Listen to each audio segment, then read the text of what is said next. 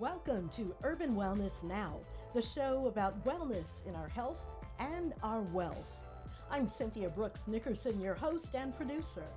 Now, here is this week's Health News Roundup. Black people in the U.S. are almost 4 times more likely to develop kidney failure and experience heart failure compared to white Americans, but blacks are much less likely to get life-saving transplants. A first-of-its-kind transplant access program at Northwestern Medicine in Chicago aims to reverse that. The African American Transplant Access Program, as it's called, has supported nearly 300 patients, of whom 90 have gained access to the transplant waiting list, and more than 50 have received a kidney or a liver transplant. The program began in 2019. Founding director Dr. Danae Simpson said it was necessary because many of the structural and institutional barriers that put African Americans at risk for kidney disease are the very same barriers that make it more challenging for them to access a life-saving transplant.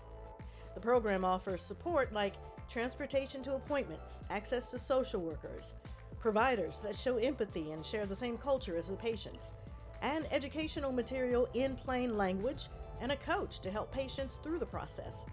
The goal is for this kind of program to be duplicated in other transplant centers around the country, looking to mitigate barriers that many African American patients face.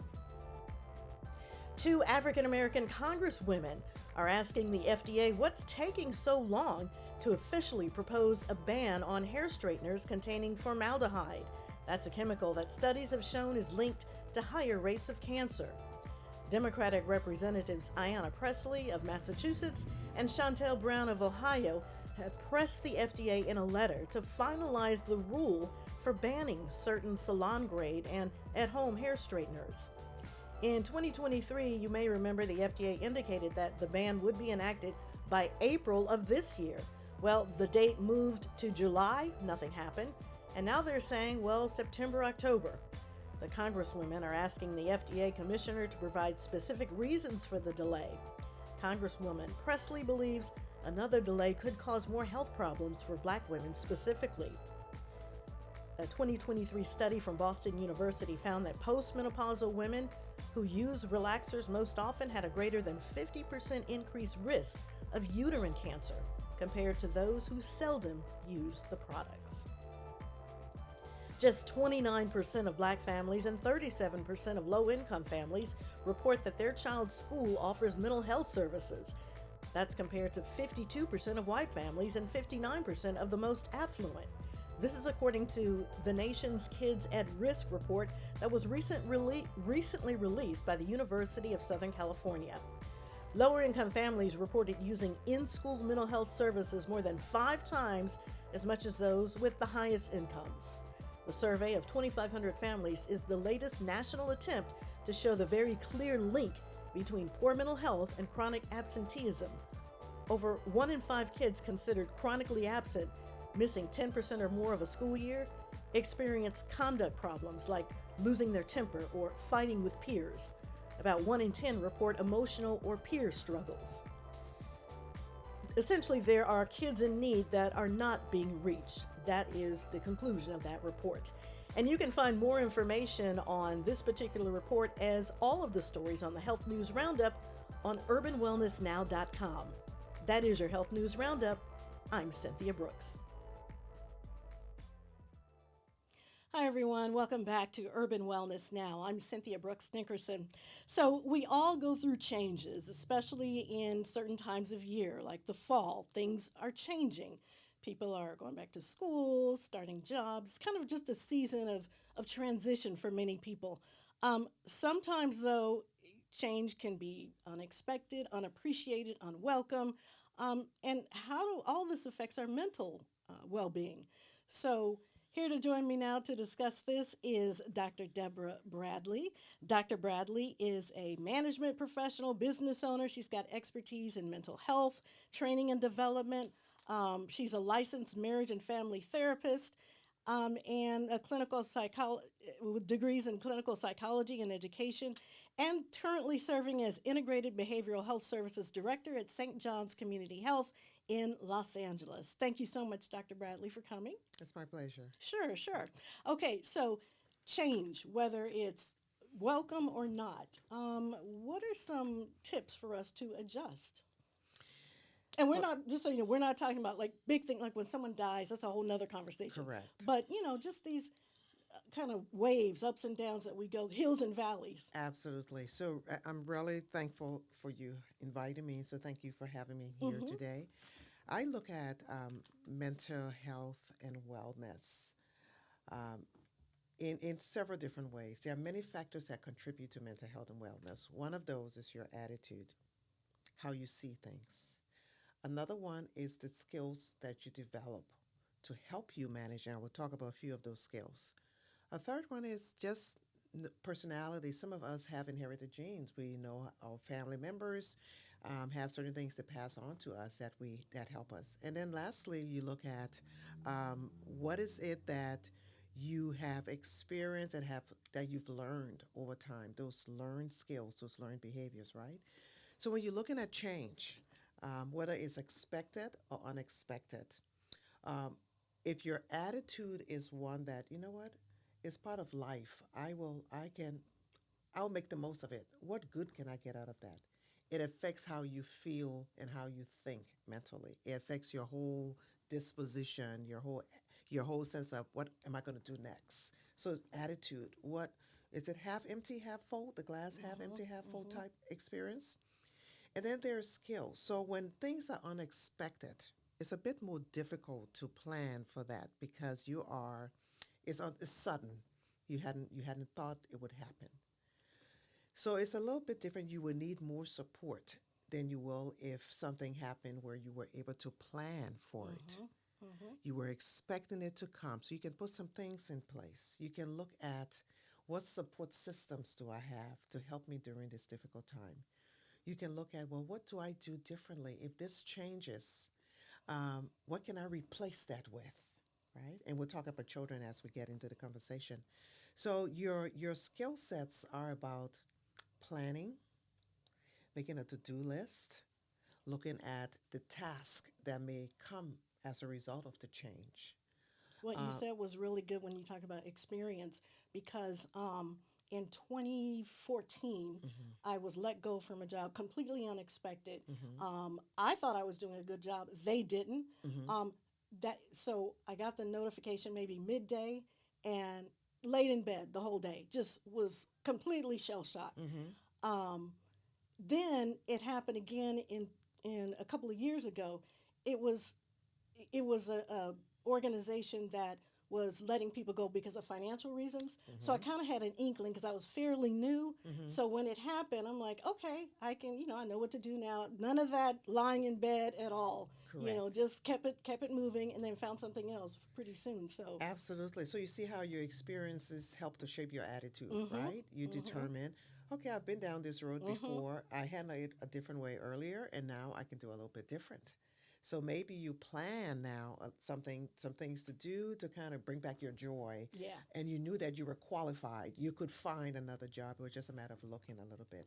So the attitude is really, really important. How you see things Mhm. can really affect that mental wellness. What about when something happens that causes you to like for instance maybe you get evicted or you have to physically move things and other people may be affected. um, how do you kind of just keep going and not just give up? That's a really good question, right? So again, the thing about even evictions, like the example you gave, right? Some people know it's coming, Hmm. right? Because there's a process to those evictions. And granted, some people do not know. Yeah, They're or not they've been in expect. denial. They've been in denial, right? They're thinking that, oh, something will come up, Hmm. something will make a way last minute, Hmm. which is a good attitude to have, right? But then when it happens, you have to take a moment to be kind to yourself, to acknowledge that it is fearful. Name the feelings that you're experiencing. Good point. It is going to be a little difficult. I can cry. It is shocking to me. Okay, but the key is don't stay there. So you acknowledge how you're feeling. You cry if you have to, and you tell yourself it's going to be a little rough. But then you begin to make some plans. And you have to pass that on to whoever else is depending on you. That's right, because they are looking at you as a reflection of how we're going to handle, going back to the learned behavior, right? Hmm. If my mom handled this well, I learn Yeah. that when adversities come unexpectedly, I have a way to deal with it. So it doesn't tear me apart and doesn't destroy me. Right? Speaking of children, Hmm. um, a lot of parents don't think about this, but one of the life lessons that as they are growing up, tell them that adversity comes, change is going to happen. That's how life goes. So things aren't always going to be the same. Um, those are probably good conversation to have starting, I guess, when they're young. Starting when they're young, and I tell parents, don't set some boundaries around your children. Everything doesn't have to be a yes. Sometimes you have to let them wait, let them earn things. If I may share a quick story, I remember Hmm. one Christmas I have two children. My son, I gave him all these gifts for Christmas, and he had like, I divided his toys and I wrapped them separately so he would have lots of things to Hmm. open, Hmm. right? And he opened up about 15 items, and then he looked at me and he said, "Is that all?" You're like, what? So I said, "Really?" So the next Christmas, I gave him two gifts. And I said, "I want you to understand what it means to be grateful, Hmm. what it means to appreciate." So you begin to teach your children early Yeah. boundary setting, how to maintain wellness, how to take care of yourself, how to eat right. Hmm. You teach those things to your children. And so when that moment comes when they leave and they have to go off, it's a natural letting go. I always tell my kids, I told them several times, when that moment comes for you to go off to college, I'm going to cut the strings. I'm not going to hold on because I was preparing for this. Yeah. And I prepared them to be able to get out there. Now, did they come back home? Yes, they did. That's a whole nother Yes, that's a whole conversation. other conversation. But yes, you prepared them for change, like you were saying. You let Yeah. them know that change happens, adversities happen, life happens. But it's what you do afterwards that makes the difference. That maintain your mental wellness is how you see it. Yeah, yeah.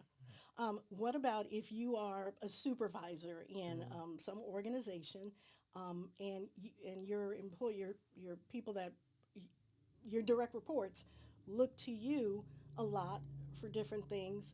How do you help them um, deal with whatever's changing on the job? Different things happen. How do you help them? Good, very good question too. The thing about change, transition, any kind, is the uncertainty that comes with that, right? And this is where the anxiety comes when people talk Hmm. about having a lot of anxiousness, worrying, anxiety is because I don't know what's going to happen. It's uncertain. So when my staff come to me and they're talking about change, I try to eliminate the uncertainty around the expectations. Mm, All right.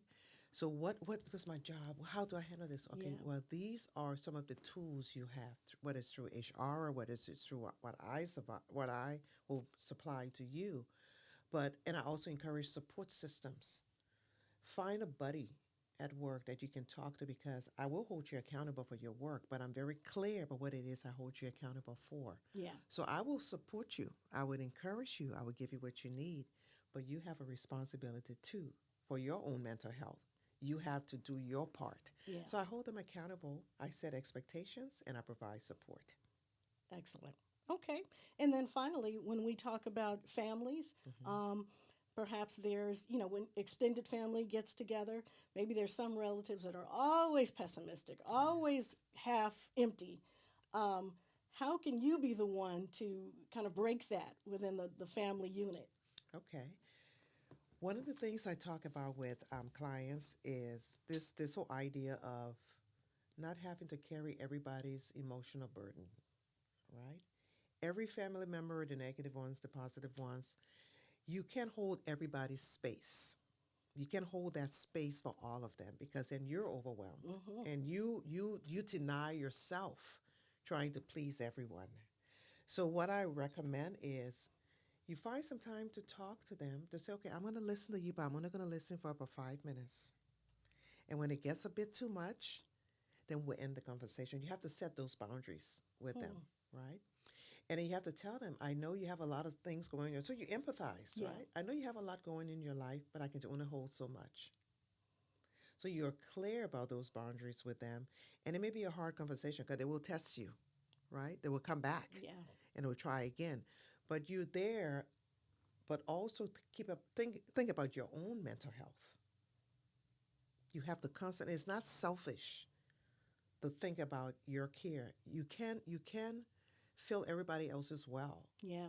and Too drain many of us and try to drain. do that. Yeah. Too many of us trying to do that, right? Mm-hmm. So put a time on your schedule for you, Hmm. and know when to say, okay, I've heard enough. Can we continue this another day? So setting those boundaries are really important. All right.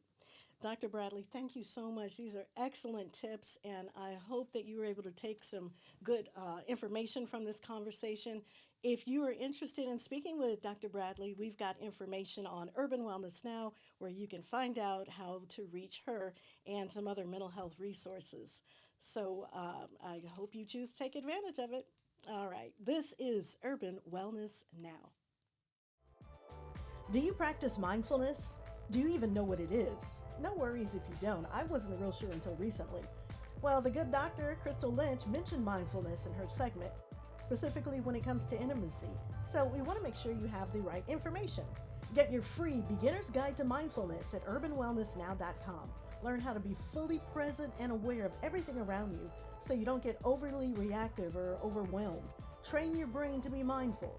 Your free guide is available for a limited time, so go to urbanwellnessnow.com, download and print it out, and get mindful. Just a few more dollars. It doesn't make sense for you and your family to move over to a different type of policy. That's excellent because I know stories. Speaking of stories, some families, a few years ago, an older relative passes away and found out that relative had pulled from their policy, and there's no more money left for the funeral. And the family stuck with trying to come up with money for the funeral. So we have policies that are expanded now. You don't have to worry about that, or well, I mean, that happens in a variety of different ways. I mean, maybe sometimes you have a policy where the person has stopped paying on it. They've paid, and then once they retire, their income changes, right? So paying that policy, maybe they don't have enough money to continue paying the policy. So the policy has cash value or equity in it, and that starts paying the premium from the equity, right? And so depending on how long someone lives, it can eat up all of the equity. Or maybe there was a loan taken out because people, if they don't have the proper planning for retirement, they have to start pulling money from different places. Sometimes it's the equity in the house. Sometimes it's the cash value in the life insurance policy. The main thing when I talk to families about that is make sure your family knows what's going on so that everybody's in the loop. And sometimes people don't want to share that information because they're embarrassed because they didn't plan properly and they find themselves having to pull their wealth from other areas. So that's not an unusual thing for the policy to be eaten up. We call that eaten up, Yeah. Well, those who maybe have been working for 30 years or whatever, looking at retirement, maybe 10 years, who have maybe had life insurance through their work. Yes. How do you counsel them? Oh, I bring that up immediately. I ask them, we go through, do you have life insurance? Because I do a lot of retirement conversations, and they'll say, oh, yes, I have life insurance through my job. And I'll say, okay, so let me explain to you, that is a group policy, it's term, and it's cheap, right? So, but it's not yours. You don't own it. It's not portable. And the cost of portability with that policy, if it is just extremely high. So we want to go ahead and get a policy that you own, that you control while you're young enough. I mean, 10 years out, it's going to be a little more expensive, but then it's going to be even more expensive in 10 years. So we have that conversation. I educate them because they don't even know. Yeah. And usually, it's $50,000, or at least in some of the school districts, 25, 50, not even enough to cover a mortgage to pay off if something were to happen. A living expense of in-home care, that's what a lot of the living benefits go toward now, is people they live a lot longer. So who pays for your in-home care, your care facilities, memory care facilities, and such? So that will eat up your retirement rather quickly if you've ever known anybody who's experienced that. It's very expensive. And becoming very common. A lot of Very people are gonna common. need that. People are living a very long time. They're outliving their money, and it's scary. And so the insurance is important to have in place, and understanding maybe the younger people should be paying. Taking over the policies for their parents, understanding that there may be a policy in place, the parents may not be able to afford that anymore, and there are some communities who have a plan that the younger beneficiaries continue to pay for the life insurance policy because, one, if it's a living benefits life insurance policy, if you're going to be the caregivers of this person, then that benefit will benefit you in the time of need because you have that policy to draw the money from to take care of your parent or loved one. So it's important to keep that policy going, even if the siblings or family members all chip in to pay that policy and keep it going. So these days, life insurance is about much more than a death benefit. Oh, absolutely. Absolutely. Now, there still are policies out there that are death benefit only. And you may not know that you have one of those. And you may not know that you're buying one of those. And there are some people who don't believe in the concept of living benefits life insurance. But I can assure you that they are not people that have had the experience of needing it or utilizing it because it's a no-brainer. Yeah, things happen. You might lose your house or you get laid off or whatever. And so you need some additional sources of wealth for when you're talking about retirement and all that. So does it take a lot to, quote unquote, convince someone, or once you explain it, they're like, oh, I get it. Okay. Well, I educate them. And Yeah. sometimes, in the education, then we will... I'll learn about their philosophy about it. Sometimes they have a philosophy that their parent may have had. Yeah. Or they just don't even know how that works. Yeah. They don't understand. They may be listening to a financial guru on television who doesn't believe in it as far as, and they may think that, that they need a term policy, which is temporary, but they just need to understand that. Maybe that's what they want. But they need to understand, they just need to be educated so they Yeah. can make a decision. Yeah. Yeah, I don't convince. I just educate Just them. educate and And then we'll focus see on what- the education. And then, sometimes you have to come back and learn again. And Yeah. I've had clients who, I've had people sit in front of me and with intention and they don't follow up and then they're not here anymore. And I think yeah. about the families and what could have been. Yeah. And just, if you're thinking about it, I tell people if they're thinking about it, they need to take action because on there's it. a reason they may not know why that they're thinking about it, and you need to move forward and take action. All right. Nicole Roche with Roche Solutions, thank you so much for being here, and we you. look forward to many conversations Absolutely. about wealth in Absolutely. our communities. Thank you. All right. This is Urban Wellness Now.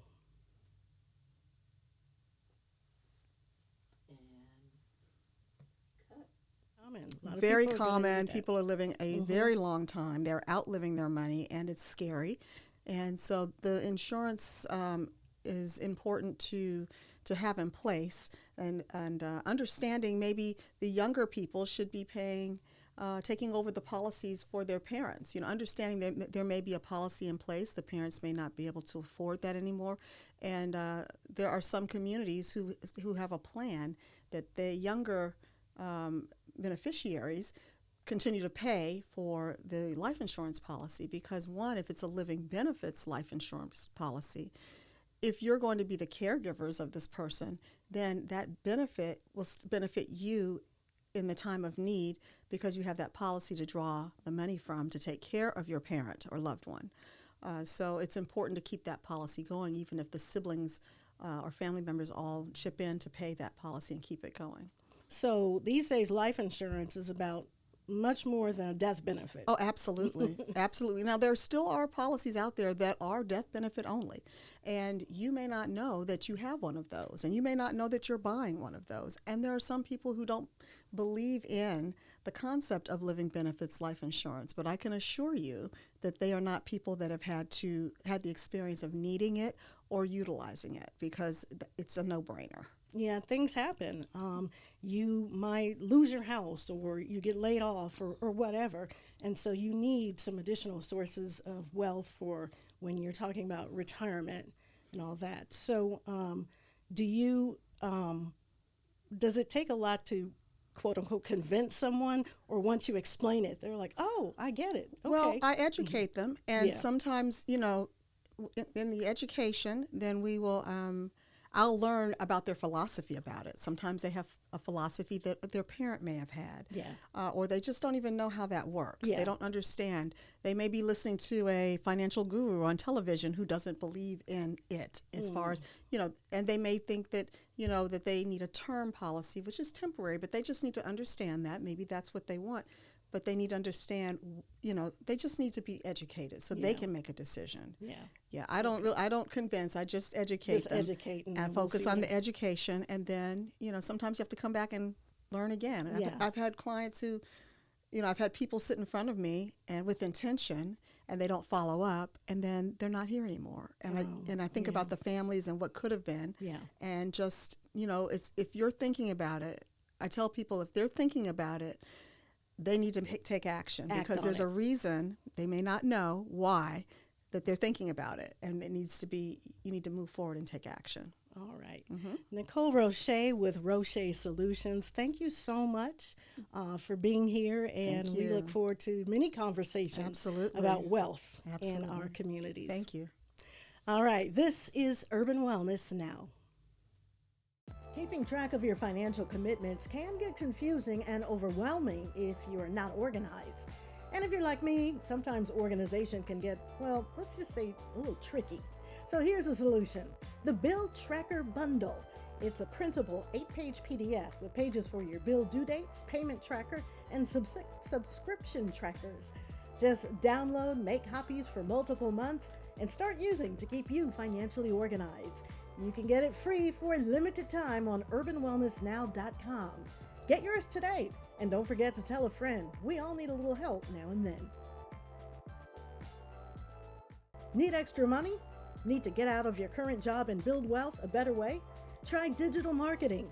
That means finding something you like and marketing it online in a different kind of way. There's a lot more to it than that, so head over to urbanwellnessnow.com for your free guide to digital marketing. It's a great introduction to this new way to make money. Go to urbanwellnessnow.com for the link. Thanks so much for joining Urban Wellness Now. Please visit us on social media, including YouTube, and go to urbanwellnessnow.com for more information on the topics discussed on this show and additional resources for your health and wealth. And send me comments about the show. I'm Cynthia Brooks Nickerson. See you next time.